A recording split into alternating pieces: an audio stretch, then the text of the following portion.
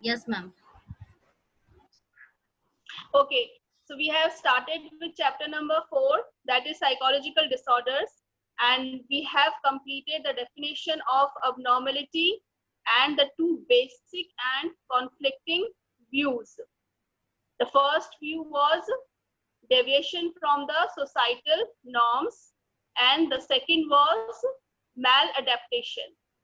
This we have done till date. Now I'm going to start with a new topic under the same chapter, that is historical background. Now historical background of what?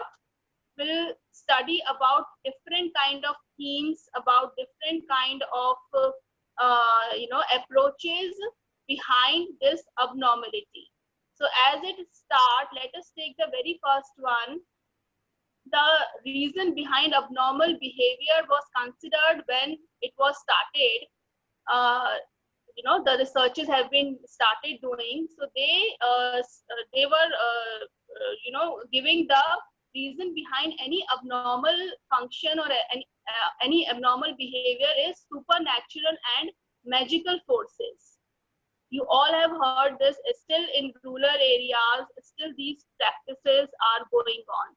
Whenever a person is showing any kind of abnormal behavior, the people take it that some super magical or super power is operating, some evil spirits are there, and basically there is a term known as exorcism.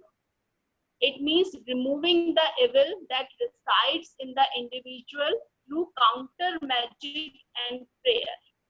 And you all have heard this very well known term ojhas. Yes, many people seek the solution by approaching these ojhas, and they do some stupid magical things or anything just to solve the problem, or just to find out the causes behind the abnormal behavior.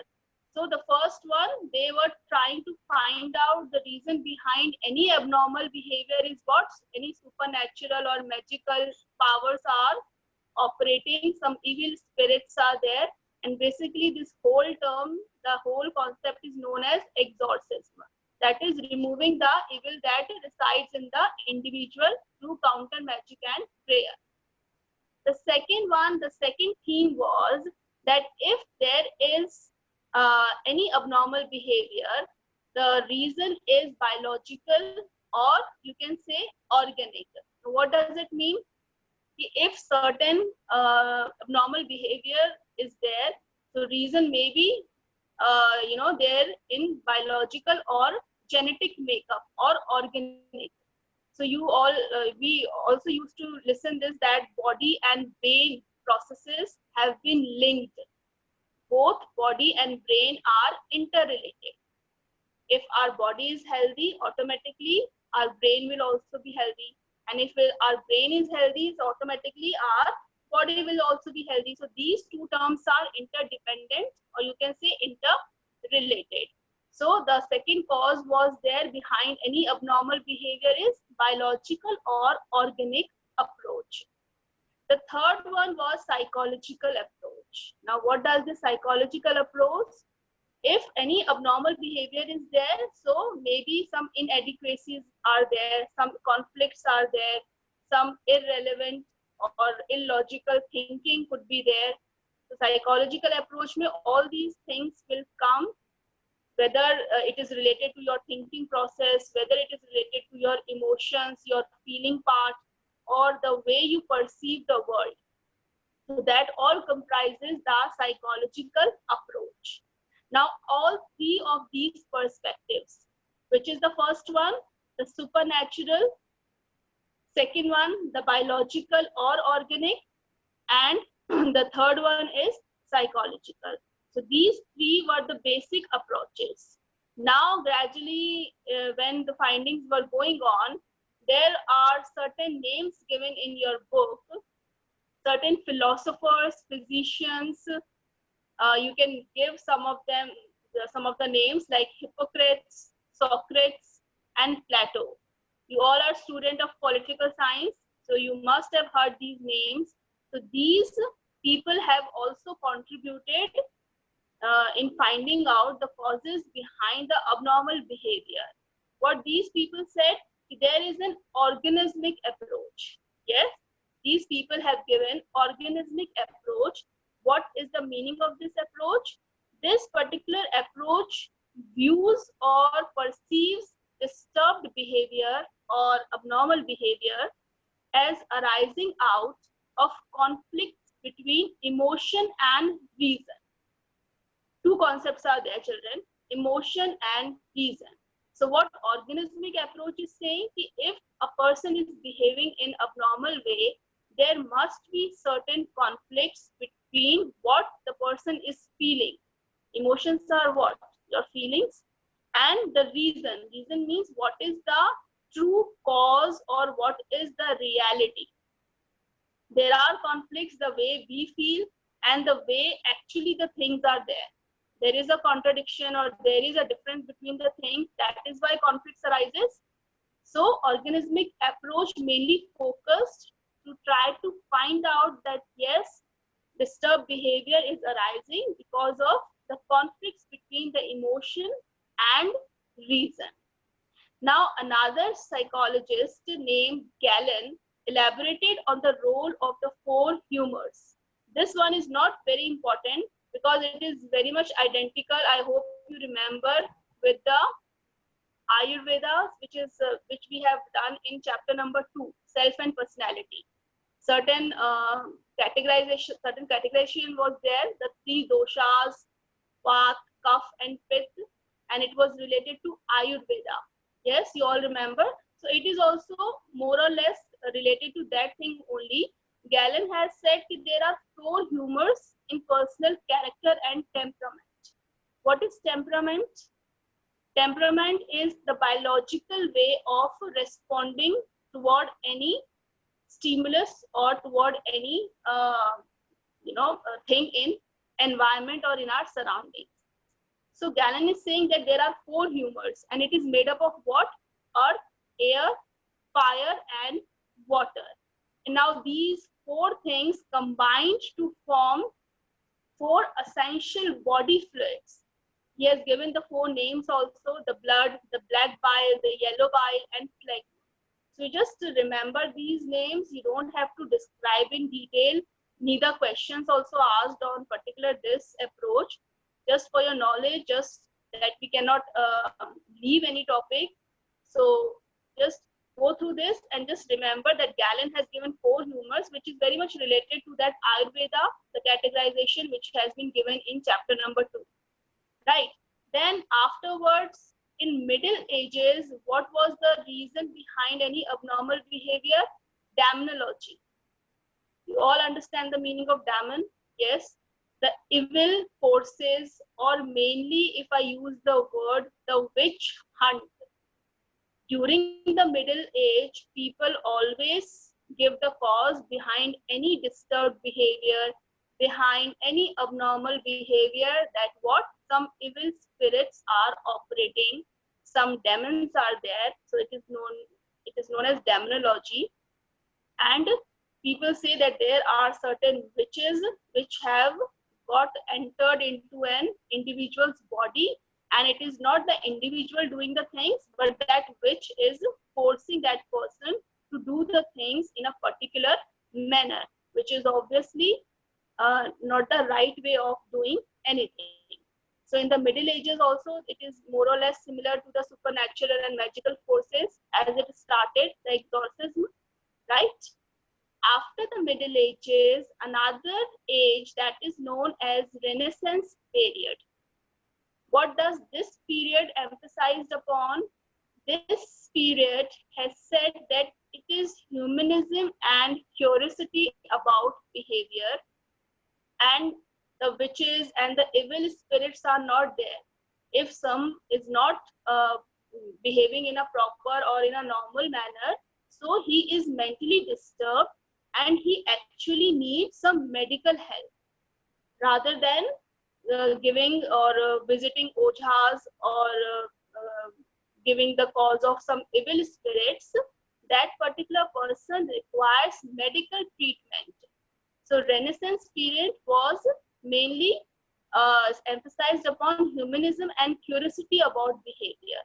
And he said, this period said that psychological disorders are the result of certain disturbed behavior, certain disturbed interpersonal relationships, certain psychological conflicts, not the witches or the evil spirits are operating, right? Now the next one is the 17th and 18th centuries were known as the age of reason and enlightenment. As name is suggesting that this century, 17th and 18th centuries, focused upon the age of reason and enlightenment. What does it mean?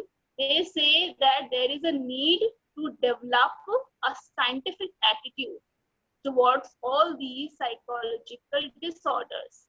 Rather than blaming some supernatural or magical powers, there is a need to develop scientific attitude, there is a need to develop scientific method to find out the cause and reason behind any abnormal behavior which is taking place.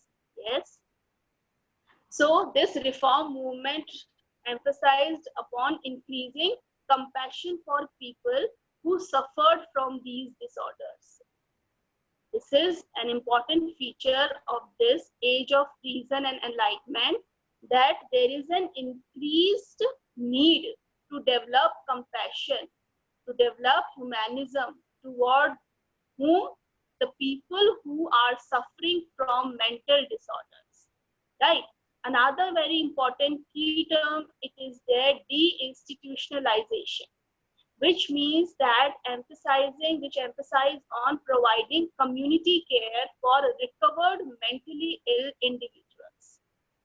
This term mainly emphasizes that those mentally ill people who have recovered, who have shown improvement to an extent, still they require some community help to continue with the normal functioning of their personality. So deinstitutionalization is also a very important term to be explained under the age of reason and enlightenment, that is the 17th and 18th centuries, right? So this is all about the historical background. You'll start with in the same manner. First of all, the supernatural and magical powers, exorcism. Second cause was biological or organic. The third was psychological causes. And then you're going to explain about the organismic approach given by the philosopher and physicians like Hippocrates, Socrates, and Plato. Then you can briefly mention Galen, who has given the 4 humors. Then come the Middle Ages, which is related to demonology, which also emphasized on evil spirits, on witch hunts. Yes.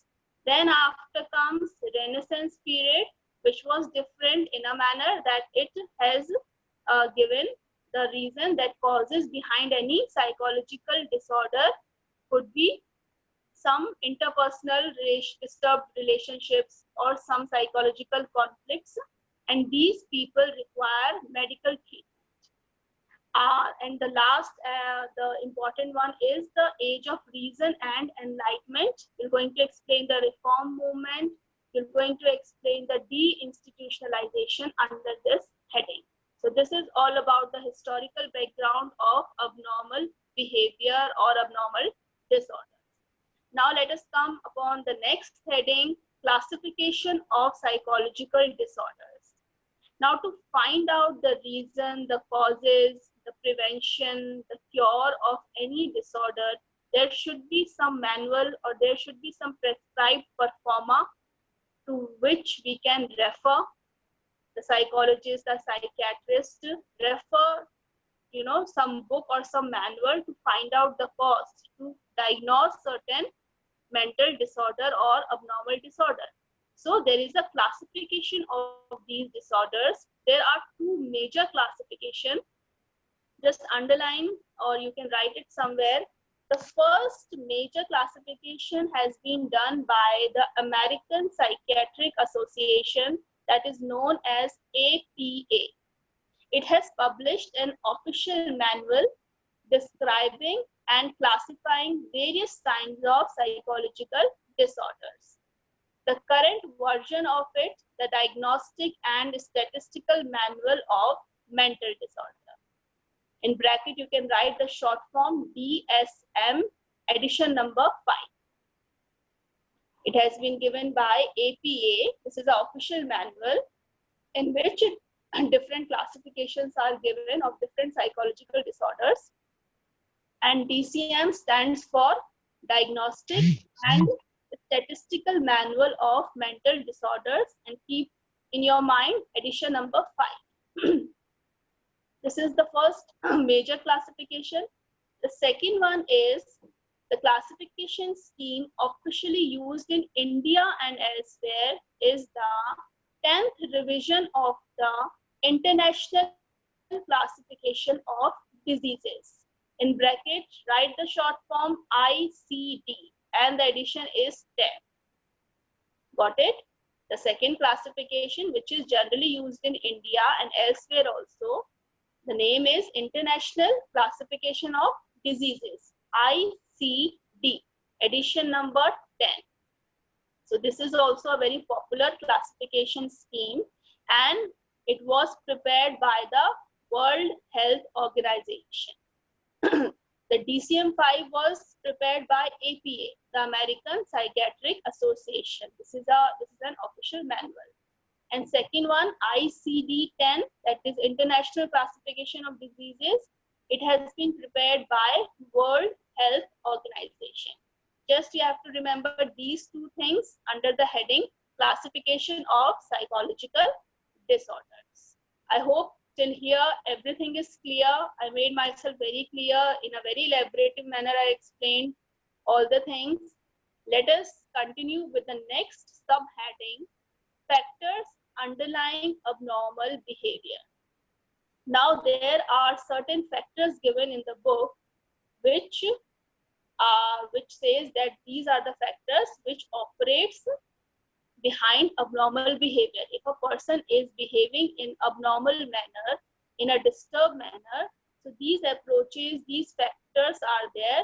So out of these, any one could be there, or a combination of 2 to 3 factors could also be there behind any abnormal functioning.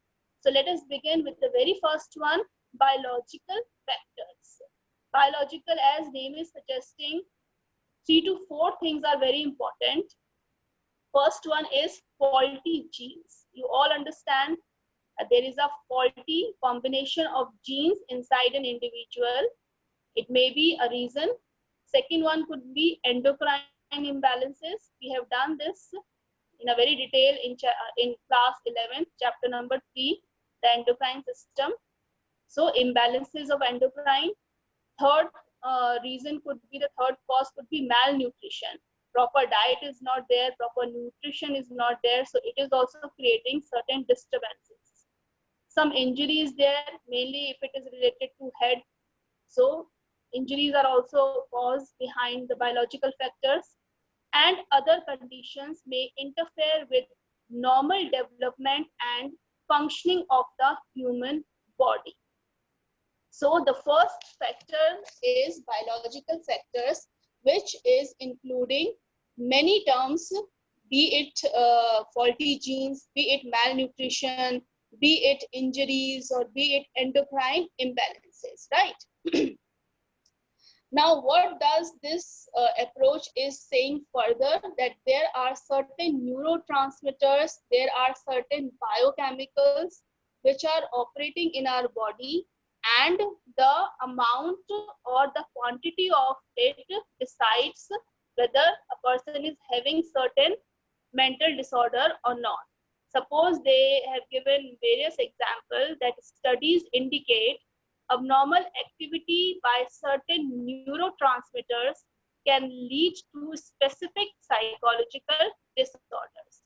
To name a few, anxiety disorders have been linked to low activity of the neurotransmitter GABA, that is GABA. The person who are very anxious, or they have certain anxiety disorder. So who is responsible? The neurotransmitter GABA. Schizophrenia is a very well-known mental disorder. So what is the reason from the perspective of biological? Dopamine. You all know there is a hormone called dopamine. So excess activity of dopamine is there inside the patients of schizophrenia.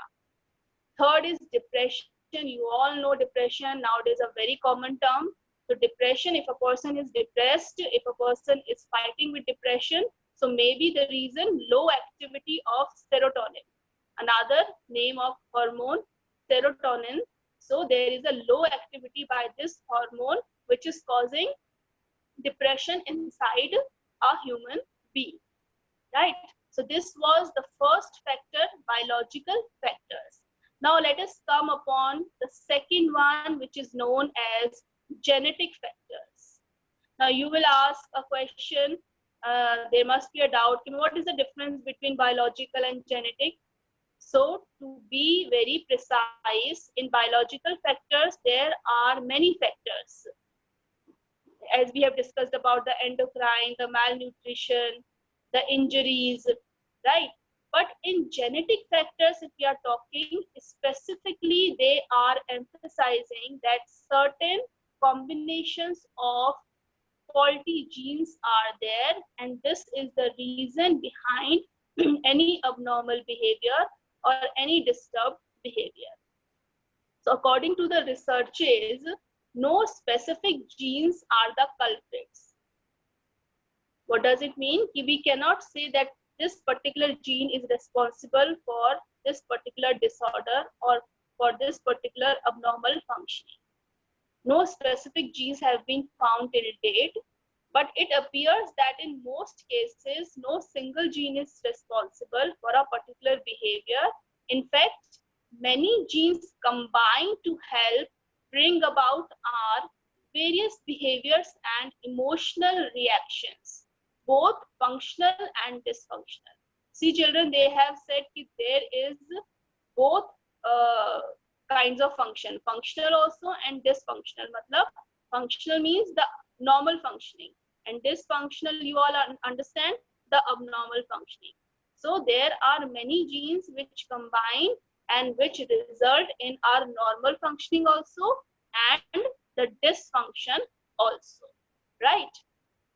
Although there is sound evidence to believe that genetic or biochemical factors are involved in mental disorders. As we have just discussed, behind schizophrenia, behind depression, behind anxiety, there are certain biochemicals or neurotransmitters or certain hormones are there, right? So this was the second factor, that is genetic factor. Now let's come upon the very important psychological models. There are several psychological models which provide a psychological explanation of mental disorder. Now what this model is saying, behind any abnormal behavior, there are many things operating. There are many factors. To name a few, it may be maternal deprivation, the children who lost their mother in a very early age or who have been separated from their mother due to any reason, lack of warmth and stimulation during early years of their life. Second cause, faulty parent-child relationships. Now, faulty relationship means either their parents are very much, overprotective, they pamper a lot, they provide too much protection, or on the other side, they are very ignorant, they do not worry, they do not take care, they reject the child.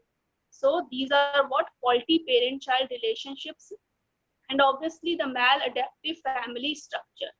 The family structure is not adequate, it is not adaptable, and certain disturbances are there, certain severe stresses are there. So automatically child learns all these things through imitation, through observation, and it get into his personality. So this was all about psychological model. Now there are 4 to 5 psychological models. To name them, first is psychodynamic. We have done this in detail in chapter number 2.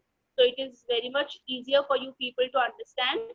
So first psychological model is psychodynamic. The second we're going to do behavioral.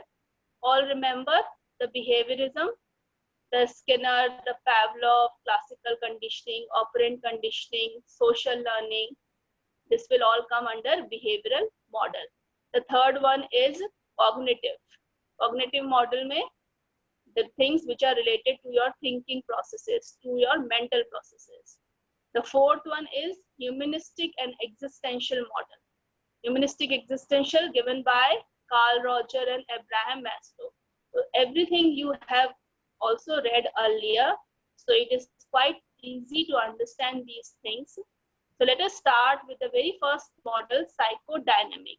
Do remember all these models come under which category? Psychological models. So the first one is psychodynamic. I hope you remember who has given this. Sigmund Freud, a very prominent name in the field of psychology. So Sigmund Freud has given this psychodynamic model, and it is the oldest and most famous, right? You all remember, basically you have to just explain those things again. There are three central forces which shape our personalities. The first one, the id, which can also be termed as instincts, the drives or the impulses. The second one is what? Rational thinking, the logical thinking, that is ego. Yes. And the last but not the least, the moral standards, the authoritative, that is super ego. You just have to explain these three central forces in detail under psychodynamic model. Just give the name of the psychologist. You can also give any example to understand the id, ego and superego. And certain important point that Freud stated that abnormal behavior is a symbolic expression of unconscious mental conflicts that can be generally traced to early childhood or infancy. So it is a very important feature that mainly unconscious mental conflicts are there and which generally take place in early childhood or during infancy. Hope you remember the 5 stages given by him: the oral, anal, latency, phallic. Yes, so it is related to that, but you don't have to explain it in detail. So it is all about psychodynamic. Let us come on to the next, the behaviorism, the behavioral model. Under this model, what this model basically states that both normal and abnormal behavior are learned, and psychological disorders are the result of learning maladaptive ways of behaving. Are you noticing one thing?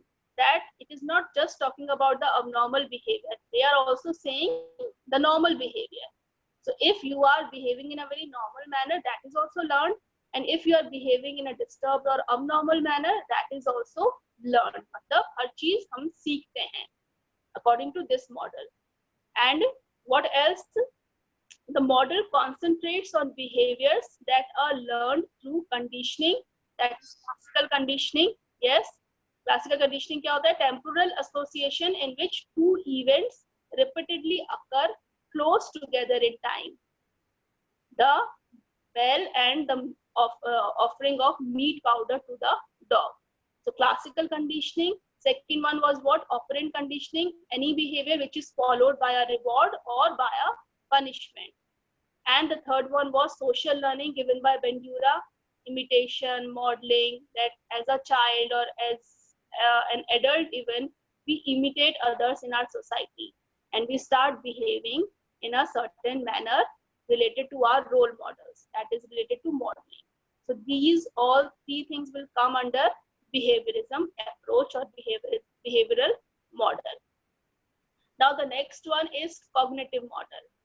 Cognitive model means what? If a person is having very illogical, very irrelevant, very inaccurate thought processes, so that person is obviously showing the sign of abnormality. It happens with all of us, yes. We have our own misconceptions, our misperceptions. We talk about self and personality in chapter number 2 in this class only, in 12th class only. So you all remember we have our self concept. That could be positive also, that could be negative also. But sometimes what happens, we start perceiving ourselves as a very negative person, and it can be other way around also. We start perceiving ourselves as a very positive person. In spite of behaving in a very negative manner, we take as ourselves as a very positive personality.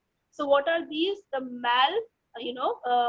the misconceptions, the misperceptions of ourselves. So this cognitive model is saying that please do not overgeneralize the things.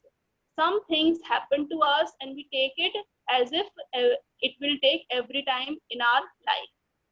We overgeneralize the things. If we failed into some competition, what we'll start thinking, we are not good enough, we are not capable enough to fight any competitive exam in our future, and it's better not to fight, not to even prepare for it, not to even give it. So this is an overgeneralization.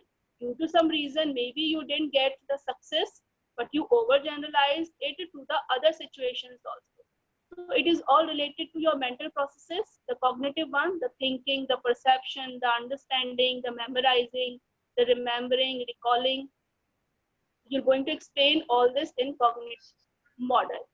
Now the next one is humanistic and existential model. As name is suggesting, and as we have done it earlier also, as a human being, we all have a natural tendency to be friendly, to be cooperative, to be constructive, and are driven to self-actualize.